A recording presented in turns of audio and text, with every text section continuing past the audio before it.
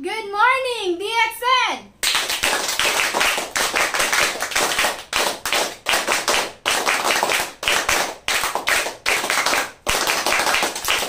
DXN number 1! Philippines number 1! DXN Imus! Pabalik!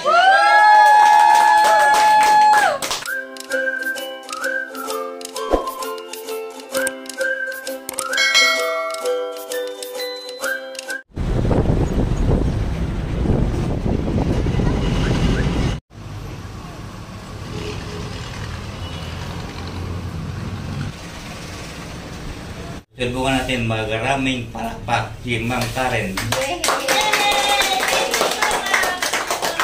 Ayan. Bago kayo umupo Kuya Nato, puro kayo doon konti para makita kayo sa camera yan. Ano po ang full name niyo po? Nicanor na to. Ayan. Bakit po kayo nag-join sa DXN? Share niyo naman po sa ating mga... Kaya kami na-join sa DXN yung marami kong naramdaman Yun. Katulad po ng atake, colon pain, at attack, sinus, pamagitan ng DXN, nawala lahat. Bakit? Kapul. Ayun o. Salamat na marami, Kuya Nato. So, si Kuya Nato, isa yan sa masugid na mamimili natin dito sa DXN Imus. So, maraming salamat, Kuya Nato, Kuya Nicanor, Kuya Nick, ano man ang tawag sa'yo, basta ikaw na yun.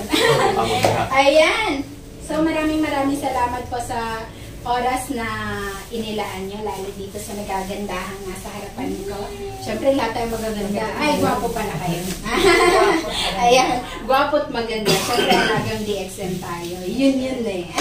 Ayan, so, bago ako magtuloy, kahapon, gusto ko lang ikwento lang din sa inyo, share ko lang ng konti, para ma-relax din muna tayong lahat, bago tayo pumunta doon sa pinaka-main topic talaga natin.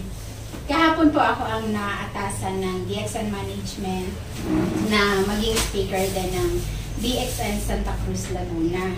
So, hindi ko akalain na ganun pala yung kalayo. Nasurpresa ako kasi nisip ko, dyan lang yun, mga 2 to 3 hours lang, ganyan. Nandoon, nabot ng 5 oras. Kala ko uwi na ako ng Bicol sa layo. Mister ko po, Eriga. Ay wow, saan mo kayo? Ay wow, ang mister ko po, Eriga. Ay, Katupo. Malapit lang. Oo, kasi nung tabayag po. Kaya medyo kakaiba yung nung nakaraan lang. Wow. So, binisita ko din po, nung umuwi kami ng Bicol, binisita ko rin yung DXN office natin doon. Meron din tayo doon sa Erica. So, ang plano din namin, next bakasyon namin sa Bicol, bibisitahin namin ang Naga branch at saka yung service center natin doon. So, yun ang kagandahan sa ating negosyong DXN. Isa yun sa perks ng pagkakaroon or pagiging involved natin sa DXN business. Kasi, pumunta tayo ng probinsya, umuwi tayo, magbakasyon tayo, may DXN doon. Pwede tayong bumisita, makipagtsikahan, makipagkwentuhan sa mga members din doon, sa may-ari. So, kahit mag-abroad tayo, kagaya ni Madam Sonia, pasyal-pasyal lang yan. So, kahit saan tayo magpunta, meron tayong DXN office na pwede tayong mag-relax, makipagkwentuhan, at higit sa lahat, syempre, magkape. Ayun, no? So, ang kagandahan po niyan, ayun nga, pagbisita ko doon, kung ano yung init natin dito sa Cavite, as in yung literal na mainit, yung panahon natin, sa Maynila mainit, pagdating ko po kahapon ng Santa Cruz, gulat ako, baha na.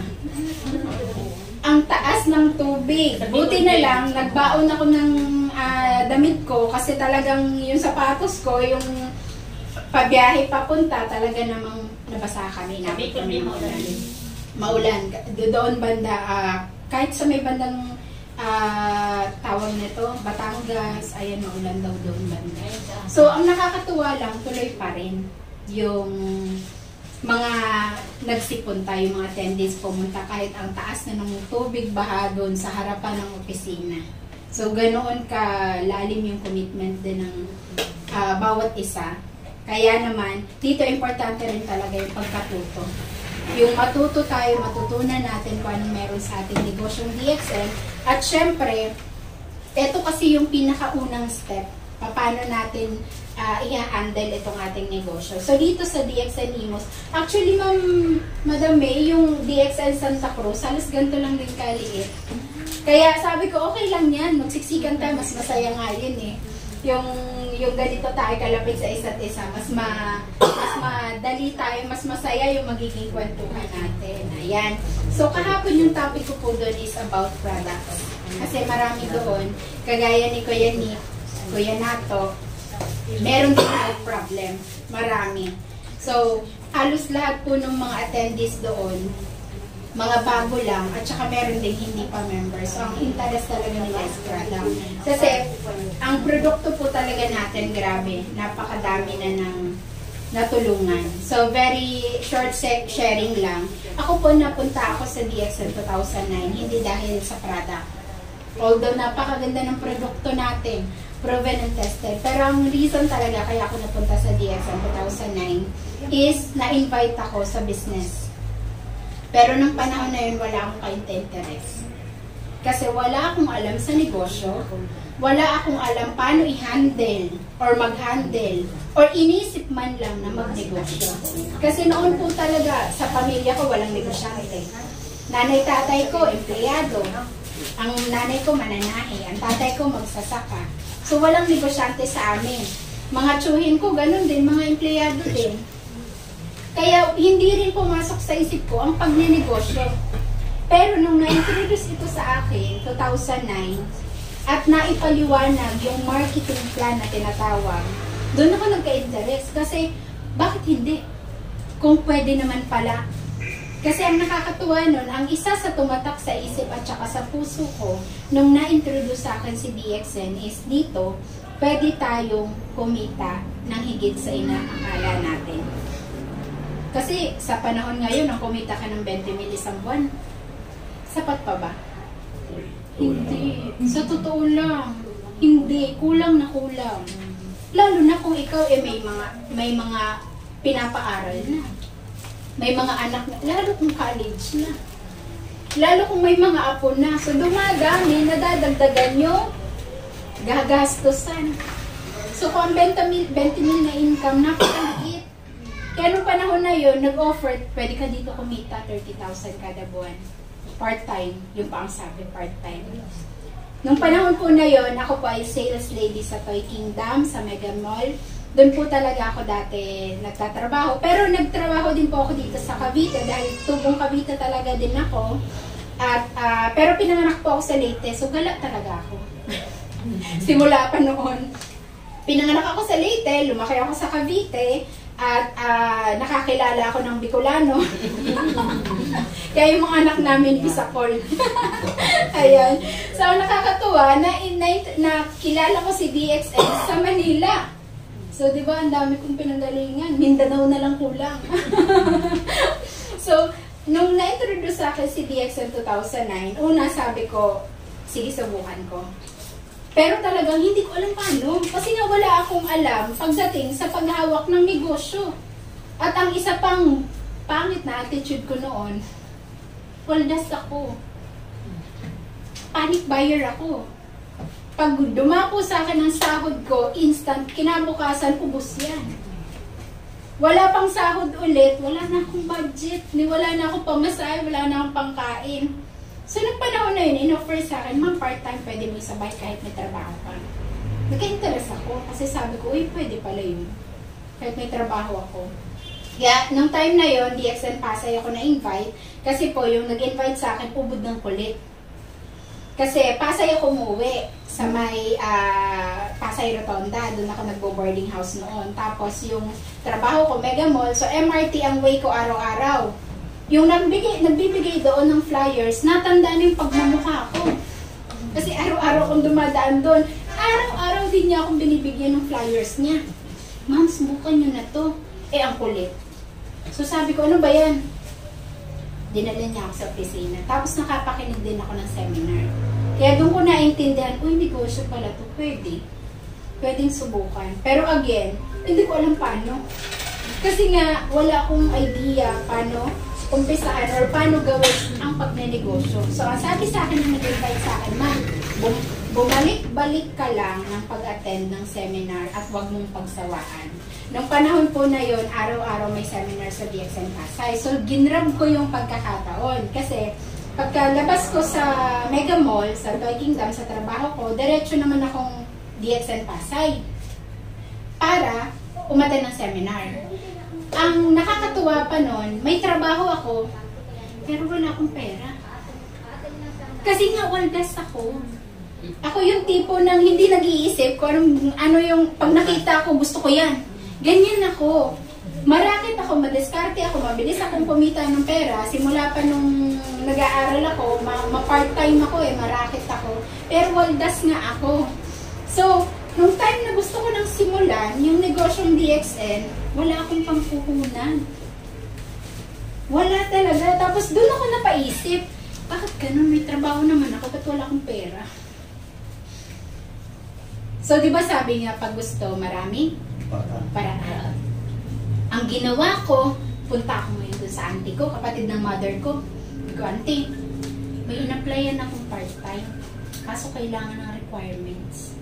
O, di ba? Kasi naturuan din ako na huwag mo sasabihin doon sa pamilya mo, sa kamag-anak mo, na magdi-DXN ka, magbebenta ka kape, sigurado hindi yun papayag.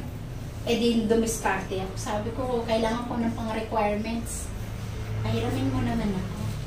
Dahil may trabaho naman ako, so inisip niya makakabayad to. Kasi may sasahurin naman ako. Pinahiram niya ako 1,000 pesos. Yun po yung way ko para makapagsimula sa DXN. 2009. Eto na. Balik ako sa auntie ko. Auntie, eto na yung part-time ko. Di, siya din, curious. Ano yung pinasok kong part-time? Ano yung pinasok kong dagdag pagkakitaan? May dala na ako ngayong kape. Ito, yung kape na to. Tapos dala ko din yung RGGL maliliit. Ito yun, auntie, tingnan mo, subukan mo to. So, kwento ko ng kwento. Naku, nagalit yung tsahin ko. Ayaw niya kasi, niloloko ka lang yan. Bakit ka nagpaloko dyan? Scam yan. Di, hindi na ako namigit. Tapos, ang nakakatuwa, hinayaan ko siya kasi negative eh. Lipat ako sa iba. Pero nag-iwan ako doon ng kape para matikman niya. Tapos, hindi ko na siya binalikan. Nung pinadala ko yung pambayad ko ng utang, hindi na ako nagpunta, pinadala ko na lang kasi inisip ko, negative ka naman. Ayaw makatapuntahan. Ito na ngayon ang nakakatuwa. After 10 years, kasi nag-Malaysia siya doon sila tumira nung naging asawa niya. So, matagal na panahon bago kami nagkita ulit. Ito na ngayon, may sakit na. Nasa DXN ka pa ba? Kamusta yung pagdi-DXN mo? So, medyo ano pa siya, kasi nung una ayaw niya talaga maniwala na maganda nga yung product. Kasi ako yung nagsasabi, alam niya, kolokoy ako noon eh. Bulak-bulak ko estudyante. So, bakit nga ba maniniwala sa akin? So, ang nakakatuwa noon, sabi ko, tinikman mo ba yung kape na iniwan ko? Oo, nagustuhan ko nga eh. Kaso nga, umalis na sila. Lumipad na rin. Kaya di na kami nagkausap ulit. Ngayon, ang nakakatuwa po, nung nagkita kami ulit, pinresan ko ulit, makulit ako eh. Kagaya nung nag-invite sa akin, makulit ako, pinresan ko ulit. Ito yung nakatulong din kay mama. Kapatid niya, kasi sila ang magkapatid. Alam mo ba, si mama nung dapat operahan na. Kasi nagkamayoma, lumaki tiyan, lumaki puson. Yung menstruation niya, 1 buwan, tuloy-tuloy, walang tigil. Nagkaroon na ng rashes sa buong katawan. So, syempre, pag medyo social ang dating, rashes yun, pero kulikong talaga yun. Kulikong yun. Oo, lalo nasa Leyte ang nanay ko, ang pangit na talaga tingnan ng balat niya nun. Nahihiya na siya kasi nagkanda sugat-sugat na. Sobrang kati daw kasi talaga. Tapos hanggang sa nagkasugat-sugat na. DXN products na nakatulong. So, yun yung ikinwento ko kay auntie ko. Hanggang sa nagkausap din nga sila. Sinabi rin ng mama ko na yun nga ang ininom niya, DXN products.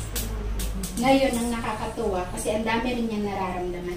Nung nagkita kasi, hindi ko talaga makakalimutan yun. Nung una nagkita kami ulit, kasi birthday ng anak niya. Para yung 7th birthday, syempre medyo bongga. So nakaano siya, dress siyang maganda. Tapos andun nga din kami, di humawak ko kung ganyan. Kasi close kami ng auntie ko. Pag hawak ko sa tiyan niya, sabi ko, ay, ba't auntie kasi itong tiyan mo?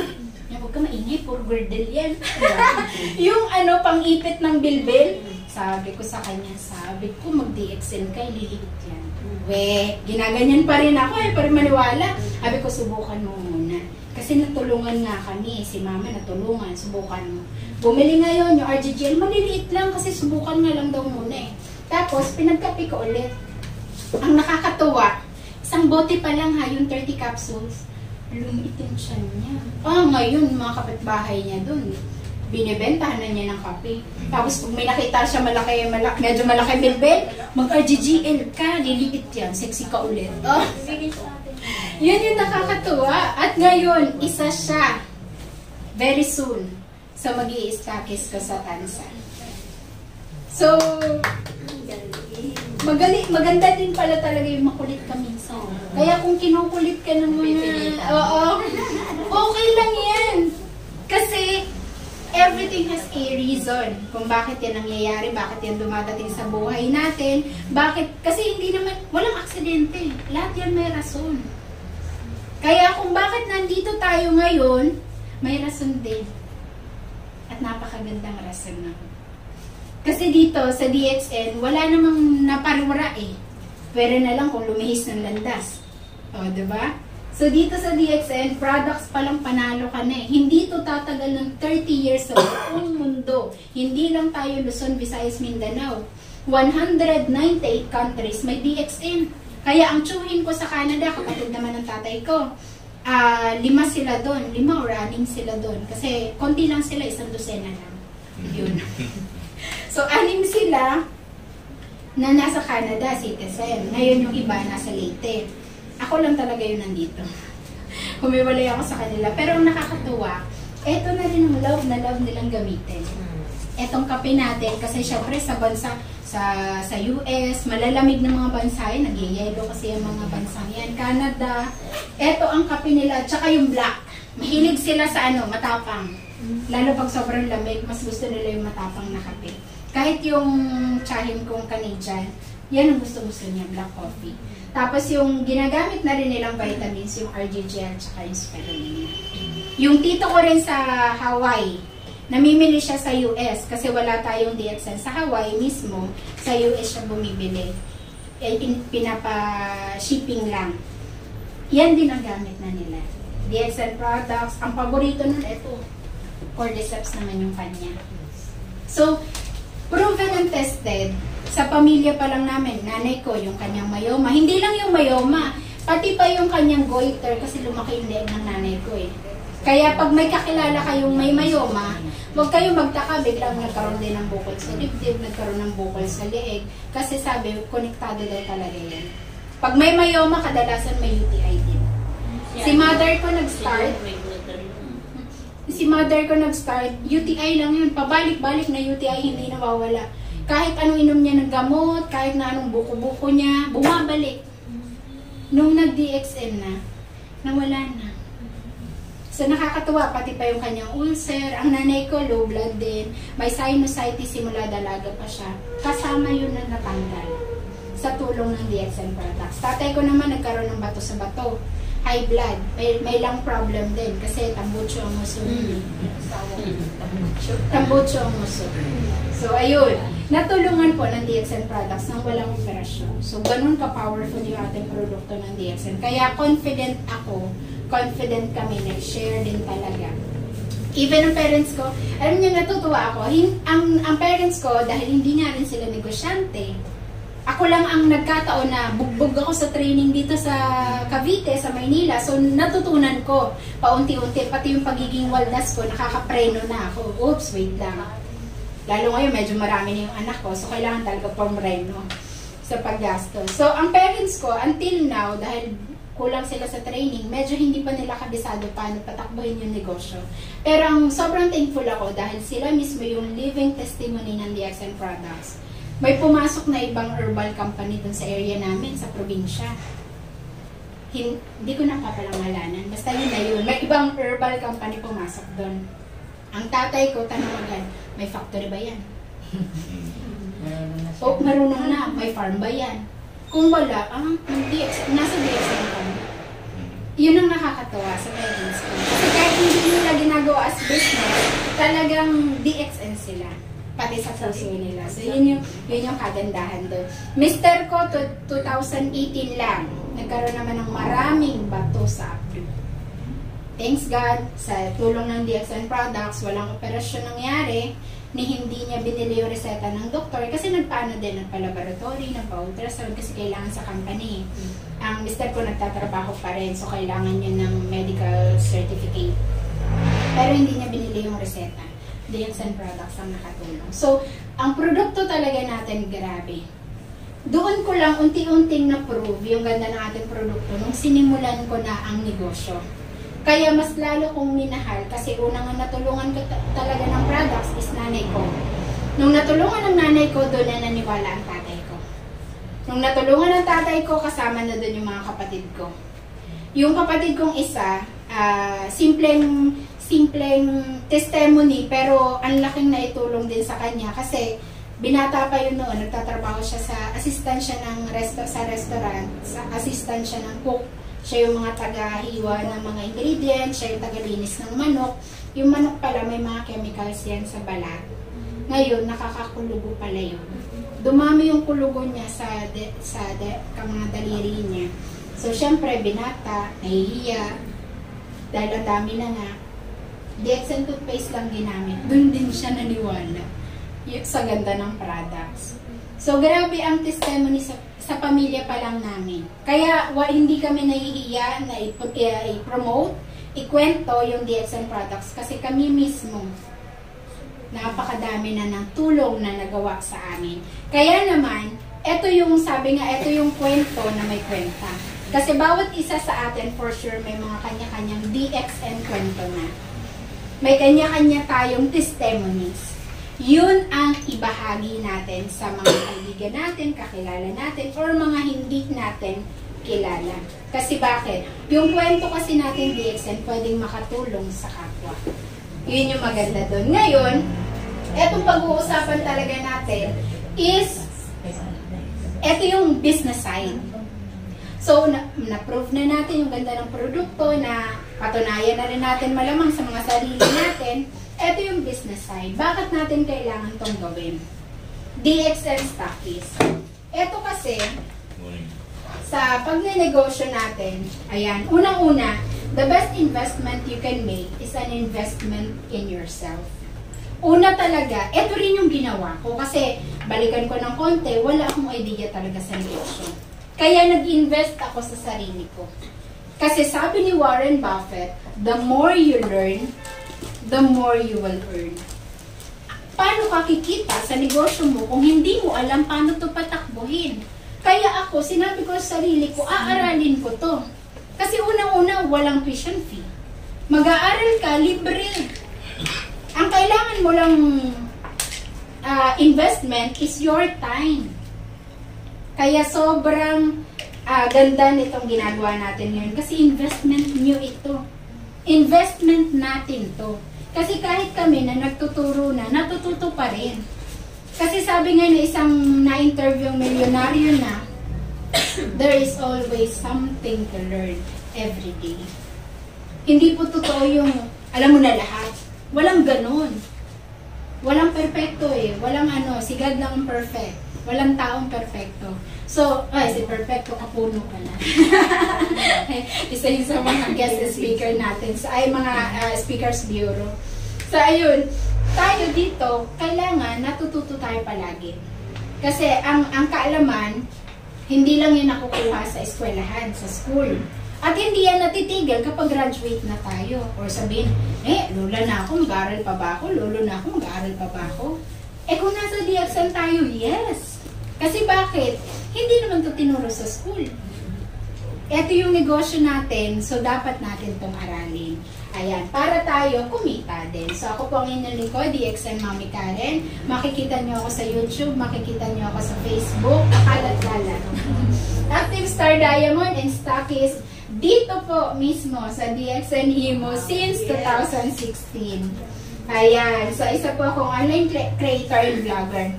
Share ko lang, no? Paano ako at bakit ako nag-start sa DXN na Stockies? Nung nanganak po kasi ako sa 7 years old ko na ngayon na lalaki, hindi kasi talaga ako sanay na wala akong sarili kong pera. Kahit na ang mister ko may regular na trabaho, kahit pa paano isa naman siyang engineering staff, kaya kami buhayin, hindi naman kami magugutom, pero iba yung may pera ka na sarili. Kasi syempre may mga panahon tayo na gusto ko rin bumili ng damit na yun, gusto ko yung bag na yun, gusto ko yung sapatos na yun. Nakakahiya naman kung lagi natin iaasa sa asawa natin. Diba? So mas masarap pa rin, at saka ang pinaka maganda rin dyan is napagtutulungan nyo yung target nyo. Hindi yung puro si Mr. na lang or si Mrs. na lang, kasi kawawa naman. Mas maganda yung tulungan. Kasi mas mabilis nyo nakukuha yung target nyo pag pareho kayong may income. Kaya nung time na yun, bagong panganak ako, 2016 mismo, nanganak ako sa 7 years old na yun ngayon. Sa SEB ko, yun yung baby din ng DXN Imos talaga noon. Kasi lagi kami nandito, kahit baby pa yun, month old, bit namin yun, nakamotor lang kami, angkas kami dun sa motor, punta kami DXN Imos para mamili ng product. Kasi inisip ko noon, paano ko magagawa ang DXN business habang inaalagaan yung anak ko, baby ko. Kasi gusto ko nga, may kita pa rin ako. Ayokong matigil yung income ko. So, dun pumasok sa isip ko, bakit nga ba hindi ako mag-stockies? Kasi ang tansa po, walang service center. Walang ganito. Walang mabibilhan. Noon pa po talaga, ginagamit na ang mga herbs. At bibigyan ko rin kayo konting idea, pagdating sa herbal, may kategorya yan. Ang herbs kasi tatlo yan. Merong fair, merong average, merong superior.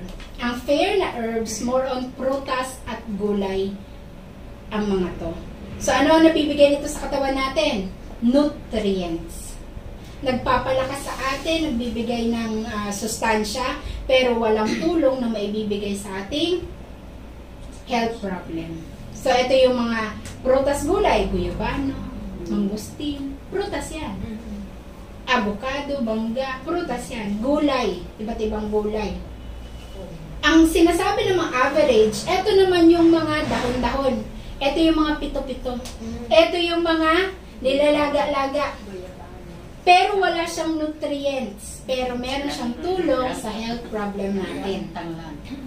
Tanglad o yung tawa-tawa, di ba?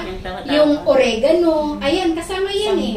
May tulong, may tulong yan sa ating health problem, pero specific. Example, inom ka ng oregano or ano pa yung isang herb na pang-ubo? Lagundi, sampong. Pero kung wala kang ubo, huwag ka iinom nun. Kasi, kumbaga, gamot siya. Natural nga lang. So, kung wala kang ganung health problem, walang reason para inumin mo yun. Pero meron tinatawag na superior herb. Ano yung superior? Napakadami din ito. Pero yung top 10, pasok dyan yung aloe vera, ginseng, yung native na bawang, kangkong. Hindi yung kangkong sa kanal, sa tubig Kangkong sa kanal, ang dami na. O, diba? Yung kangkong na native, alam niyo yung maliliit lang. sa probinsya. Yun yung nutritious. Pasok din siya Hindi sa... masyadong maputi. Yes, pasok siya sa superior na klase Kaya kami ng nangunguha noon. yes, tapos yung bawang na native, yung maliliit din, wag yung jumbo. Yun yung napakadami din ng nutrients na naibibigay sa kalusugan natin. Ang kagandahan nun, sa superior na klase ng herb, parehong naibibigay niya nutrients at saka yung tulong sa health problem natin. Kaya siya naging superior na klase ng herbal. Pero ang natuklasan ng mga scientific o ng mga doktor, ng mga researchers, ang Ganoderma pala talaga ang number 1. So, ibig sabihin, anumang klase ng herbal yung narinig nyo na, hindi po kami ang sabi niyan, hindi si DXN may sabi niyan. Kasi panahon pa ng kopong-kopong, natuklasan na nila yan. Ang Ganoderma lucidum, ang hari ng lahat ng herbal sa buong mundo. Tawa-tawa nga sa linggi. Pero, ang red mushroom din, huwag tayong basta, red mushroom. Nilaga mo, niluto mo, ininom mo, patay. Kasi bakit? Ang mushroom or kabute, Sa mga natuklasan ng dalubhasa, umabot ng 38,000 na uri. Iba't ibang kulay, iba't ibang lasa, iba't ibang hugis, sa iba't ibang bansa. 38,000 lahat ang natuklasan. Ano pa yung mga hindi pa? Pero 36,000 doon lahat lason. Ang Ganoderma natin, itong pulang kabuti na to, hindi po ito tumutubo sa Pilipinas. Merong kamukha. Pero mag-ingat tayo kasi malamang lason yun. Kasi may napabalita na po, legit. Nabalita na sa telebisyon. Naglaga ng pulang kabuti, kinabukasan patay. Bakit? Lason yung natsyempuhan niya. So, hindi tayo basta pwedeng, uy, parang sa DXN yun, pwede na yun. Kesa bumili ako DXN, ito na, laga ako. Yung Ganoderma, ang yan ang 70% ng pop treatment. Kasama yung tatlong pinaliwanag ko, yung approach, Ang Ganoderma po talagang 100%. 100%. Lahat po ng nutrients sa pear, sa herb, na kay Ganoderma. Kasi pagdating kay superior na herbal, Ganoderma po yung pinaka-top sa lahat ng superior na herbal. Ayon po yan sa mga nakatuklas Tapos na mga kasama dalubhasa. dyan na pinaproduce yung Ganoderma, kasama yung mga fruits, mga leaves na pinaliwanag, tatlong pinaliwanag mo. Hindi po, iba rin. Yung nutrients po, opo, iba po, ibang karakteristik ng mga prutas, ng mga gulay, pero lahat ng nutrients na meron sa kanila, nasa Ganoderma na po. So, yun yung kagandahan doon. Ngayon, tumuloy tayo dito, no? So, dinaanan ko lang ng konti yung tungkol sa produkto natin dahil meron tayo dito mga bago. Parang to help inform others to share the products. Bakit po? Pag i-share nyo po yun, nagkataon, gusto pala nung customer nyo o yung may nararamdaman pala siya, nakakaiba, nakatulong pa po kayo. Meron na rin po kayong kita doon. Eh paano po pag nagpa-member? Diba? So parang may tinatawag po dito na grupo na magtulungan kayo, doon po kayo kikita. Na po, kaya po tayo networking. Tapos po, pag naman service leader, kagaya po namin, service center po kayo, ay kami. Tapos naka-attach po kayo sa amin, mag-service leader kayo. Ang starting po nun is 30 to 50. So, how to manage your stocks? Ayan na, nag-invest ka na, andito na, hawak mo na, nasa bahay mo na. Paano ngayon i-manage? Una, inventory is very much important to track all your products and sales. Kasi pag hindi tayo nag-inventory, matutunaw din niya puhunan natin, yung investment natin. Kasi yan din ang isa kong pagkakamali noon. Hindi ako nag-inventory. Kape lang ako ng kape. Kaya natunaw yung puhunan ko. So again, kapag nagkape ka, kumuha ka sa stock mo, bayaran mo. Importante yun. And use the FIFO approach. First in, first out. I-check natin yung expiration date natin, mga produkto. Pero ako personally, kahit expired na ang DXN products na hawak ko, iniinom ko pa rin, ginagamit ko pa rin. Kasi bakit? Kilala ko ang produkto natin. May extension naman. Yes. Pero pag kasi sa customers, hindi natin yun pwede ibenta. So gamitin na lang natin. Yun ang ano doon. Ayan, and perform regular manual stock counts and don't forget to list down all your customers' purchases. Sulat niyo po or bumili kayo ng isang record book, malaking notebook, sulat niyo doon yung pangalan, code number, or yung DXN ID number, ayan, at yung mga produktong binili niya. Importante yon, members or non-members ilista niyo. Kasi kasama yun sa inventory niyo. Ayan. And, purchase regularly sa service center, daily or weekly, and avoid purchasing sa last minute. Kailan ang last minute? Cut off. So, wag naman natin paabutin na isang buwan, cut off tayo na mimili. Kasi bakit? Mahihirapan ka at mahihirapan din ang ating service center director. Kasi bakit? Kung tambak ang ipapa-encode mo, hindi lang naman ikaw ang buyer. Marami tayo. So, importante, wag ma-stock up yung mga purchases mo. Hanggat maaari, weekly, twice a week or thrice a week, mamili tayo para na-update din yung ating stocks. Yun yung kagandahan doon. And, paano palaguin yung ating stocks? Una, tip, again, kapag may kinuha ka sa iyong stocks, bayaran mo. Hanggat maaari, wag magpautang. Bakit? Ang hirap ng pautang na negosyo. Danas ko na. Kasi marakit nga ako noon pa. Ang isa sa part-time ko, nung college ako, nag-Avon po ako. Na nauwi sa Avon. Actually, grabe, muntik na ako mabugbog ng tatay ko dahil doon. Akala niya, winaldas ko yung tuition fee ko. Sa takot kong magkaroon ako ng bad record, as estudyante, dahil yung Avon Company pumunta sa campus namin para mag-offer ng part-time sa mga estudyante, isa ako sa nag-grab ng opportunity, nagpautang ako sa mga kaklase ko, na hindi ko naisip, magsi-sem break na nga pala. So, wala pong nagbayad sa akin. Kaya yung tuition ko, ang pinang-Avon ko. Nayari ako. Muntik talaga mabugbog ng tatay ko. At yun din yung isa naging dahilan kaya hindi nila ako pinagtapos ng pag-aaral. Kala nila nagbubulakbol lang ako. Buti na lang sa DXN na nakita. Mahirap po magpauta. Example, nag-invest ka, 30,000. Sabi natin isang box ng kape. Mari, maganda to. Kwento ka ng kwento. Mari, pwede sa ano na lang. Sa next week na lang. Pwede bukas na lang. Pwede sa isang buwan na lang. Kahit pa sabihin, pwede mamaya na lang. Tignan mo, subukan mo lang. Subukan mo lang, halika. Nahiya bila. Subukan mong singilin. Kinabukasan, ay Mari, kasi nagamit ko eh. Pwede susunod araw na lang. Ang daming dahilan. Imbis na friend kayo, nako, baka kanya-kanyang post na yan sa Facebook.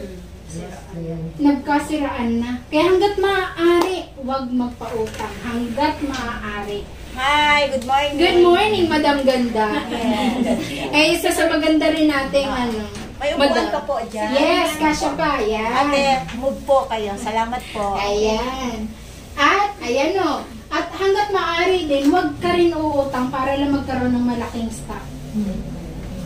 Alam niyo po, balikan ko ng konti. Nag-start ako dito sa DXN Imos. Sinikap ko, yung 5,000 pesos ko po, in-apply ko yung pagsisave. Nagkaroon ako ng target kasi yun ang requirements, at least 30,000. So yung 5,000 ko, sinikap ko siya maging 30 para lang makapag-apply ako as stockist noong 2016. And thank God kasi nagawa rin namin. Hanggang sa ginawa namin nung naka-30 na kami, hindi ko talaga inano na mangutang para lang magkaroon ng malaking stock. Kasi ang hirap, takot din ako mangutang. Kasi inisip ko, baka hindi ko mabayaran. Kaya nga nung college ako, sa takot ko na magkaroon ako ng bad record, yung tuition fee ko yung pinambayad ko. Kasi nga takot akong mangutang. Ayokong nasisira, ayokong, mami, nakabalandaran pala yung mukha ko doon. So ayoko nung ganun, ayoko na iskandalo. Kaya hanggat maaari, huwag ka rin magpautang, huwag ka rin mangutang. Kasi yan din ang turo sa atin ni DXN, ni Dr. Lim. Yun yung dahilan bakit wala tayong credit line. Yun yung dahilan kung bakit hindi tayo pwedeng umutang sa opisina. Kasi itinuturo sa atin ni Dr. Lim na huwag kang umutang hanggat maaari. At huwag kang magpautang. Pero meron kasi yung meron ako na-attenan na, meron ako na-attenan na isang financial advisor din siya, na-attenan na seminar niya. Ngayon, ang utang kasi, dalawang side din yan. Merong good, merong bad. Pero medyo mahirap yung proseso. Kasi, ang pera kasi, temptation yun eh. Ang pera is tool. Kung pwedeng dyan ka umunlad, kung pwede rin dyan ka masira. Lalo pag utang. Pero kung hindi natin alam kung paano siya i-handle, huwag muna tayong umutang ng malaki. Example, gusto niyo talagang subukan. Mag-loan ka sa ganito, mag-loan ka sa ganyan, umutang ka sa ganito, mag-start ka, maliit lang muna. Kung gusto mong subukan. Kasi again, ang mga bilyonaryo, milyonaryo, may utang yan. May utang sa bangko yan. Pero bago tayo mag-jump doon sa milyon-milyon, libo-libo, dito muna tayo sa 1,000, 2,000, 3,000. I-train mo muna yung sarili mo. Kung kaya mo. Kapag alam mo, sa sarili mong kaya mo, kaya kong bayaran ko. Kasi bakit? Again, ang utang dalawang side yan. Pwede kang masira, pwede kang magtagumpay. Kung nalampasan mo yung first na maliit na halaga lang, try ka ng medyo malaki. Huwag mo rin agad-agad. Kasi susubukan mo yung sarili mo eh. Kasi temptation yan. Di ba marami na tayong kakilalang nalubog sa utang? Ako, personal friend ko, star agent ko. Napakabait na tao. Nalubog sa utang. Pati bahay niya na ibenta niya. Kasi maling pangungutang nasira siya. Na umabot sa puntong pati bahay niya ibinenta na niya. Nakakalungkot. Nalungkot ako para sa kanya. Although, yung isa ko rin kaibigan na nautangan niya dahil ako nga hindi nagpapautang. So, hindi siya nakautang sa akin. Hindi nasira yung aming ano. Pero, pinapayuhan ko rin yung isang kaibigan ko na huwag kang magalit sa kanya. Kasi talagang siguro na depressed lang din siya. Talagang hindi na niya alam paano aahon. Kasi pati nga bahay niya, binenta na niya. Nalubog na. So, ang isang magandang tip pala dyan, paano natin i-handle, isa-isa lang. Example, may kita ka naman monthly. May pera ka naman. Sige, umutang ka muna. Pero maliit lang muna, sabi ko nga. Pag nakaya mo na, saka mo unti-untiin. Pero one at a time. Pag nabayaran mo na to, saka ka na magdagdag. Kasi ang hirap po pag nagpatong-patong. Yung bang tipong umutang ka para bayaran yung utang mo na inutang mo nung nakaraan ng utang, wala na. Patay tayo dyan, lubog ka niyan. Nakaka-stress yan. Yung iba, masisiraan. Kaya hanggat maaari, oo, may positive side ng pangungutang, pero turuan muna natin ating sarili. Ako takot ako mangutang hanggang ngayon. Pero inisip ko rin, yung, ba't mananatili ako dun sa takot ko? Ba't di ko subukan? Pero isa-isa lang. Pag na-handle mo ito, kasi pwede nga yung ikatagumpay mo or ikasira mo. Siyempre, dapat maingat ka. Kaya kung ano man yan, kung alam mo kasi ganito yan eh, meron ding klase ng mga utang na ganito. Uutang ako kasi magbe-birthday yung anak ko. Maghahanda ng marami. Kasi piyesta. Kasi debut ng anak ko. Mangungutang ako. Kasi ikakasal yung anak ko. Kailangan ko ng pera. Or, mangungutang ka kasi mag-i-stack ako ng kape sa DXN. Mangungutang ako kasi magne-negosyo ako. So, pwedeng yung utang maglabas ng pera sa bulsa mo or magpasok ng pera sa bulsa mo. Kaya dapat, balansin natin yan. At dapat alam natin paano laruin. Again, kung susubukan natin, mag-umpisa tayo dun sa isa lang muna at maliit lang muna. Pag kinaya mo, go sa second. Yun yung magandang tip na pwede natin gawin. So, pwede. Kasi may nagtanong sa akin dyan, ilang beses ko na na-present itong Stockies. Ito rin yung presentation na na-request ng main office na i-present ko. At habang nagpe-present ako, yung management nasa likod, tinititigan ako. So, hindi ko na sila tinitignan kasi nanginginig yung mic. Kinakabahan ako eh. Pambihira, nandoon sila sa likod eh. Nire-rate din pala yung pag-i-speaker. So, kesa kabahan ako sa kanila, di doon nila ako sa iba tumingin. Bola kayo dyan. Ayan, always start small. Yan ang lagi natin tatandaan dahil yun ang turo sa atin ni Dr. Neil. Always start small. Kaya nga sa DXN, si Ate Faye, nag-start 580 pesos. Start small. O, sa susunod niyan, bibili na isang box ng kape. O, diba? So, ganun lang. Ako nagsimula, 1,000. Saan galing? Utang. Inutang ko sa tsahin ko. Sabi ko, pang requirements. Hindi niya lang, binili ko kape. Pero ang kagandahan nun, ngayon, isa na rin siya sa investor ko. O, diba? So, may positive na result ang pangungutang. So, reinvest your dividends. Again, may kita tayo sa DXN. Bumili ka na isang kahon ng kape, may tubo ka, may puntos ka, may rebates ka. 3 ang kita mo dyan. Ngayon, anong gagawin para lumago yung investment mo? Reinvest mo muna. Wag mo nang pagkabenta mo isang kape, may tubo ako, bili mo ng merienda, gutom ako. O, diba? Kinain agad natin. Paano lalago? Bawat benta, bawat tubo, kain. Wala, matutunaw pa rin. Diba? And, every bonus kada buwan, add investment sa iyong stock. Diba, may bonus tayo. May tubo tayo. Pwede naman, kasi tatlo nga ang source ng income natin sa DXN eh.